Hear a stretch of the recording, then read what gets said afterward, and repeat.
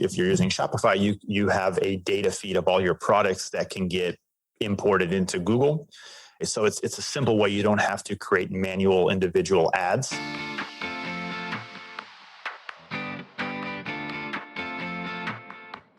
Hey, my name is Felix Tia, and I'm the host of Shopify Masters, a weekly podcast powered by Shopify, the easiest way to sell online, in person, and anywhere in between. Each week, we invite entrepreneurs like you to share what they've learned growing successful e-commerce businesses.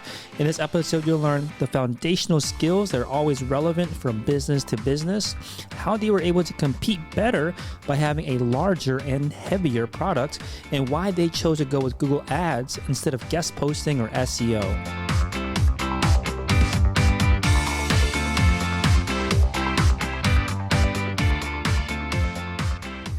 Today I'm joined by Eugene Rabitsky from FactoryPure. FactoryPure sells a wide variety of items, including generators, direct from the manufacturer, and was started in 2013, based out of San Antonio, Texas, and did $34 million in revenue in 2021. Welcome, Eugene. Hey, Felix. Thanks for having me. Yeah, so the business was started initially to bring quality air care products to the masses, which is, a very hot topic, hot commodity these days. But since then, you've expanded and pivoted several times. Tell us more about the original idea, the genesis behind the business.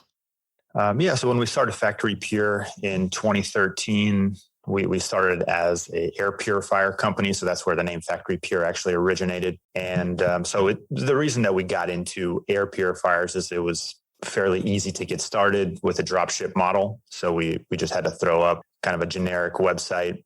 And a lot of the brands were willing to work with companies that didn't have any track record or sales or anything. So it was very easy to get started. And so what we quickly found out was it's also very hard to compete. So the same reasons why it's easy to get started are the reasons why there's no barriers to entry. And so we've pivoted several times and landed on what we do now, which is primarily power equipment, generators. We do a lot of other products, but generators make up a big chunk of what we do. And so what we found was with generators or with heavy equipment in general, the manufacturers are a lot less willing to drop ship. And so we happen to have a warehouse that our father was not using at the time, so we were able to move into that and take advantage of that resource that a lot of other companies didn't have. And so at the time, it's not so much anymore, but at the time there was a lot less competition because you had to have place to store the equipment, you had to have machinery to move it, you had to get shipping rates that would be sufficient to compete with a lot of the bigger guys. And so that's an area that we pivoted to and worked out better than air purifiers. You mentioned that it was an easy industry to get into the dropship model at first. What's your background? How did you even decide that, this is a business opportunity? My brother and I, we started this business. His name is Mike. And before we did FactoryPure, we had another e-commerce company where we sold electronics.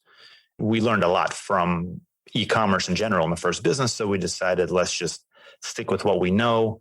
When we started FactoryPure, it was a lot easier to scale because, there were Shopify and several companies similar that allowed you to create a scalable website yourself that does all the back-end analytics, all the administrative, which we didn't have with the first business. Yeah, so multiple businesses and also pivots within the kind of same business. What were some of the kind of foundational skills or truths that carried from one business, one pivot to the other that always just was dependable as a skill or just a truth that always persisted? The main thing for us was just getting the knowledge of ads. So Google Ads primarily is how we started advertising and primarily still what we do.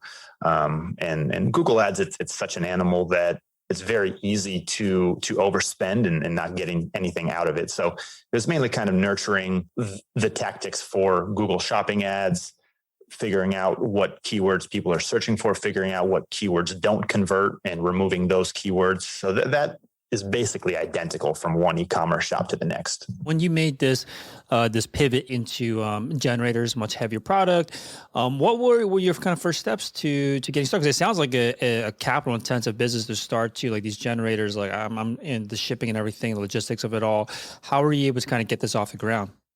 our first account where we were required to take, at the time it was, I think, 10 generators. And so we decided, yes, that's what we want to do. We knew that we had a warehouse. We didn't have any shelving, any storage. So we told them, yes, ship the generators, and, we have a warehouse to put it in. And then we quickly realized, well, we don't even have a forklift. We don't have a way to unload this from the freight truck. We don't have a way to package and ship it outbound. So while the items were being sent, we were quickly scouring Craigslist trying to find a forklift, and we found one. We got it in time. So we started off where we moved into our father's warehouse, and he had a couple of offices that we were able to use. And, if we didn't have that, I'm not sure if we would have really moved forward in this venture, kind of taken that risk. But because we had that lined up, we were able to reach out to brands and tell them, hey, we have somewhere where we can store your product. Let us know your pricing. And with that, most of them were fairly receptive. Do you remember how much those 10 generators cost at that time, that first initial kind of order? The first order, so they were actually refurbished generators, and they're about $1,000 each. And which now it's most of these companies, they'll require either like a $30,000, $50,000 initial buy. At the time it was less, but still substantial for us. And so we did have the funds, but it was a lot of money for us. And so we thought it was worth taking the risk. Makes sense. Now, at this time, these 10 generators, were you selling B2B, B2C? Like, who were the initial customers, and how were you able to find them? It was all B2C. So we had our website up already that we were selling air purifiers, and we just threw up generators there as a category and listed the products, and it went to the end consumer. That's interesting. So the demographic or the market, the traffic that you're getting for the air purifiers translated well to generators as well? It's definitely different traffic and different demographic, but with Google Ads, it's very easy to pivot and kind of change who you're targeting even by your campaign. So it really wasn't difficult to have a few different product types that had different demographics. That makes sense. Okay, so we'll touch on this in a bit. I think one of the advantages of your marketing approach allows you to be much more nimble, because there's not so much you're not really kind of tied down, I guess, so much to the kind of products that you're selling. So actually, let's get into that. So you initially, you had a site running already selling air purifiers. Was all the traffic coming from paid acquisition and barely any from organic? Like, what was the mix at the time?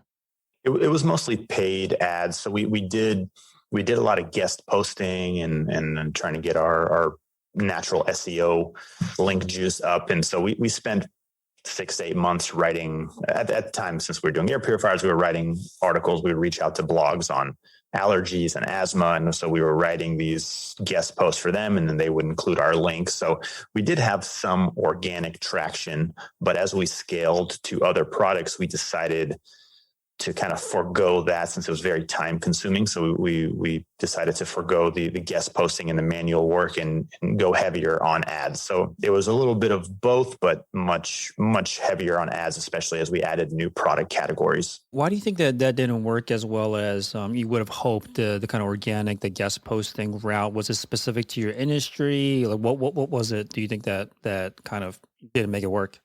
For us, it was just very time consuming. So it's very manual. So you have to do the research on higher authority sites that would allow you to write guest posts. You had to reach out to them, and a very small percentage actually responded and allowed you to write guest posts. Then of course you had to actually write them. So it was just very, very slow. And usually with SEO, that's not abnormal. It'll take 6 months, a year, 2 years before you get that traction. So I would say it's not per se that it didn't work. We just kind of abandoned it because we thought our resources and time would be better spent elsewhere. Makes sense. Okay, so you decided, let's go with Google Ads. Is that also a strategy that you use today? We still go very heavy on Google Ads. Yes, we've just recently dabbled in Facebook ads, which is a little more manual than Google. So it's kind of have to roll them out individually. Yeah, still mostly ads on our side. In other industries, what matters a lot is probably more the customer service, and the content is what will convince someone that, hey, you can actually bring in that benefit to a brand. What was it in your space? So my answer was usually fairly simple, is that, we've throughout the years developed amazing keyword analysis. We're not going to target the same keywords that everybody else is. And, the brands that we currently carry, we've kind of nurtured over the years what keywords work. We've done a lot with negative keywords. The other thing too, is that at the time when we were trying to push refurbished a little bit more, and we might still rank very high, I'm not sure, but we were, when you typed in refurbished generators on Google, we were the number one result, actually the number one and number two result. It was our main page and then our generator page. And this was all like ads? This is just organic. Yeah. Organic, So this is organic. And I think just because there's not a lot that did the refurbish. And so we were able to rise pretty high organically with those keywords. So it was a combination of the two, and so just give us a shot. And we were even okay with a probationary period for them to see what we can do. Yeah. And one thing I've noticed too is that one of your top selling products I'm looking at is that there's this in-stock notification, or rather in-stock badge maybe on this page, but also it also lists a coupon code to use. And I think it's a really interesting approach where you could just, discount the product right off the bat, but is there some kind of psychological thing about, hey, use this coupon code and you get $20 off or whatever? There definitely is to a point. So some products will put a coupon code regardless, because people like to. We get asked all the time, is there a discount on this product? So it kind of saves that question. Other products are MAP products, so you can't actually advertise it in Google below a certain amount, but you can still sell it below a certain amount. So those are the two reasons. But some of these products, the reason that we put the coupon code in there is because we can't actually advertise the product lower than what it's listed for.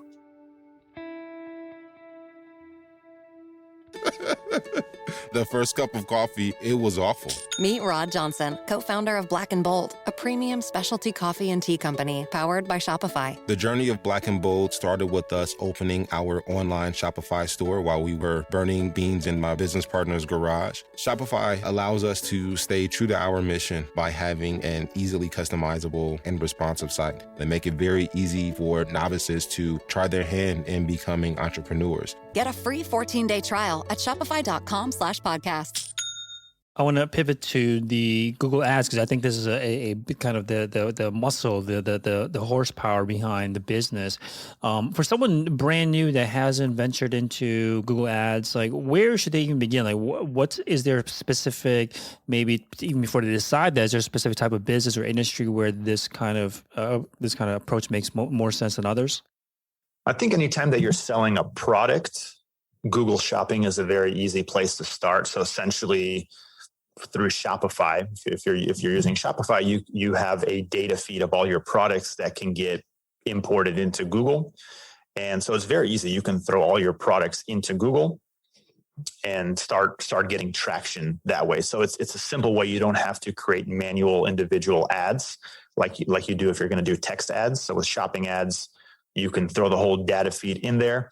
The thing to really be concerned about when you do that is you need to have some kind of hierarchy for your campaign. So I would say probably hire an ad agency to set that up for you, and then you can probably manage it yourself, or you can pay them to manage it individually. Because what can happen is with Google, if you're not targeting the right keywords, or I should say, if you're not removing keywords that don't convert, it can get very, very expensive. So they have what's called negative keywords in your ads, where you can put negative keywords to where your ads won't show up if somebody's searching those keywords. And some examples of that would be if somebody's looking for a product manual, or somebody's looking for troubleshooting or whatnot. You don't want to, of course, pay for them to click on your ad, because they're not shopping for a product. And the other traps are just very generalized keywords. So if somebody's searching for something very vague, like, we sell water heaters. So if somebody's just searching for water heater, it's a very low chance that they actually convert, because they could be looking for anything. They can be looking for same thing. They can be looking for troubleshooting. They could be looking for manual. They could be looking for a water heater, but they have no idea what they want at that point. And so we try to target longer tailed keywords where people are a little bit further into the process and they know what they want. So they're searching not just for a water heater, but they're searching for a specific brand or a specific size or a fuel type. And the more of these keywords that you can stack together, if people are searching for that phrase, they're more likely ready to buy. And so, let's say you have $50 a day to spend on ads. You'd want those $50 going to those longer tailed keywords than somebody searching for water heaters. Yeah, and what about your approach? And to reveal any trade secrets here, but what about your particular approach is not replicatable from your competitors? If they know, if everyone might or other competitors might carry the same brands, they know that the names, and they can understand when someone's searching for a SKU or searching for a specific name and model, and they're able to identify that those users are higher intent for purchase. Why don't they just do the same thing? Well, you certainly can replicate it to an extent. You can, there's free keyword tools out there where you can see what people are searching for, but what they don't have access is seeing what actually converts, so they can see what's bringing traffic to your website per se, but they don't know which of those customers actually convert. That's something that only you know. And so you can then reinvest more money into those campaigns that actually convert. Got it. So it's almost like you're paying to learn about what works and also what doesn't work, because you had mentioned negative keywords is a great way to kind of squeeze more margin out of these ads, and then over time just making these tweaks based on your sales numbers. Right, and you do have to give it a certain amount of time. You can't just put an ad for one day and say, oh, this word converted and that one didn't. You'll want to refine that over a few month period to really trust the data. So there will be some initial expenditure to figure out what works and what doesn't before you can kind of curb back the ones that don't work. Yeah, and you had mentioned too about your foray into Facebook ads, which is typically higher up in the funnel, usually less intense as if someone was just searching for the brand name itself. What's your approach there? Like, how do you know what to target, and then where are you bringing these customers? What's nice about Facebook is you can get a lot more granular on who you're targeting than you can with Google, because Facebook knows basically everything about you. So you can target people based on anything from, what they do for a living to actually what they've already liked on Facebook. So if they've liked, perhaps a brand that you carry, or they've liked one of your competitors' website or whatnot, you can target them based on that. And of course, age demographics and everything like that. With Facebook, for me, it's been a little bit more of a manual process because you do have to create one ad at a time. So essentially what I've done is, I from our Google ads, we know what our demographics are, and then I'm able to search those out on Facebook. Right now, we deal with a lot of trades. So we deal with a lot of electricians. We deal with plumbers that are actually installing these generators. And so they'll buy, whatever they need and 5, 6 at a time sometimes, and they'll install it locally. And so we're targeting those kind of key terms when we can, as opposed to individual consumers. That makes sense. And I'm sure you know this much more than I do, being from Texas. Is there an uptick in demand, like when there are natural disasters or these kind of issues where people desperately need a power generator much sooner than they're just kind of planning for something? There's certainly a big uptick anytime there's any kind of disaster. So in the fall, there's usually hurricanes in Louisiana, Texas, Florida. Almost every year, it's at least one, if not a handful. And generally, when they announce that a hurricane is on its way, all their local Home Depots and Lowe's, everybody sells out because they don't have that much inventory. So people then switch to looking online, which also kind of is its own logistical issue of getting it there before the storm, which is sometimes possible and sometimes not. And you can't really get it there after the storm because, there's usually debris or flooding. And so can be a month until you get them the item. But certainly you see last year in Texas here, we had that major freeze, which was very atypical for us. And it spurred demand. So a lot of people lost power. Last year, Texas was our number one market, in which usually it's number 4 or 5. And so just that disaster in February spurred demand for the rest of the year because people wanted to make sure that the following year they were more prepared. We had a few years or 2-3 years ago where California started having their wildfire issues, and they were shutting power down to people's homes without any notice. So then California became a hot spot. So it's certainly any new disasters that happen or any new kind of infrastructure issues can lead to that market being either temporarily or permanently a new fixture. Do you have to react in any certain way with the business, like logistically or anything really, staffing or anything like that, when you maybe anticipate this kind of stuff happening? It's usually so. It's generally it's very sudden. So it's nothing that we can really react to when it happens, but we try to be prepared at least, for things like hurricanes because they happen every year. So we try to, by the summertime, be prepared. We usually have one more customer service rep than we actually need, just because we know in the second half of the year, it could be very, very busy. Lately, of course, every industry has had supply chain issues, so it's been more difficult. We just finished a second warehouse right next to our current warehouse. So our goal is, now that we have a lot of space, that by the summertime we'll be able to order a lot more inventory than we've previously been able to. And that way, by the time those disasters hit, we'll be able to ship them right away, as opposed to, waiting for the manufacturer to send it to us and then sending it out to the customers. Can you tell us more about what kind of services or apps that you use to power a lot of these features on your website? Some of these features we have apps, and some of these we have some back end systems that were just custom made. So the features where we can adjust how the shipping time for a certain product is displayed on the front end. That's something custom that we had created on the back end that makes it very easy for myself, who doesn't have a technical background, to do. There's a lot of great native Shopify apps that are available. Anything from creating a menu for you to, we use an app to send purchase orders, for example. So on our products that are drop shipped, we have an app called Simple Purchase Orders. So we can select, 10 orders and press a button, and it'll send out to their respective manufacturers, and they'll know to ship the product, where before it was all manual. We would just type up an email to this manufacturer and say, we need this shipped over here, and then go on to the next one, where now we can do all that with one click. We use an app for our upsells and cross sells that we discussed previously, which shows our related products, or similar to the products that you're looking at. That's something that we had built custom.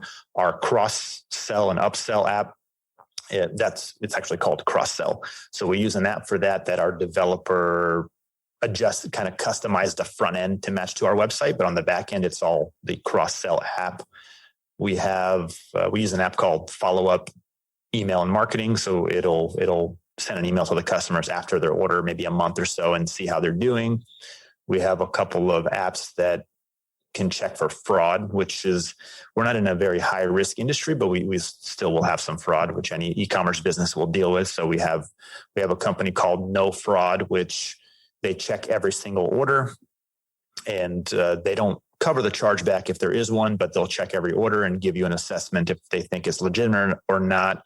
And then if we still have some concerns, we have another app called Signified, which does cover chargebacks, but they'll take 4% of the revenue of the item to do so. Awesome. So FactoryPure.com is the website. I'll leave you this last question.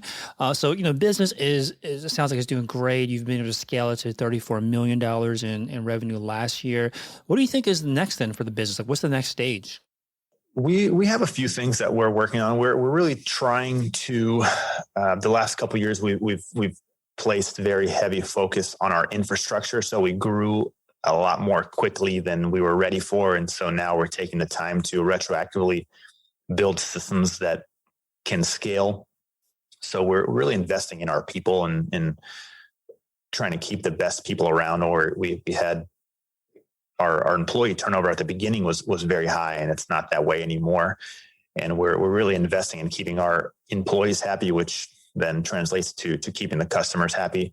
Now we're trying to expand our physical space, since most of what we sell, we do have to stock. So, our new warehouse is basically doubles our storage space to make it easier to supply what we need. It makes it a lot easier to forecast. And previously, when we were ordering in advance, it was very difficult because, we didn't know how much space we would have by the time this product ships in 6 months. And, you extrapolate that to 10, 20, 30 brands, it's hard to know what to order. So now that we have another warehouse, we don't have to worry about over ordering. Eventually want to increase our coverage of the U.S. as far as shipping, and perhaps have a distribution center somewhere outside of Texas, maybe a couple more, to where we can get to the whole country within a day or two. That's what our focus is going to be for the rest of this year. Yeah, awesome. Sounds like a lot of kind of foundational investments that you're making into the business, continue to let it grow to new heights. So thank you so much for coming on and sharing your experience and advice, Eugene. Yeah, it was a pleasure. Thanks, folks. Thanks for tuning in to another episode of Shopify Masters, the e-commerce podcast for ambitious entrepreneurs powered by Shopify.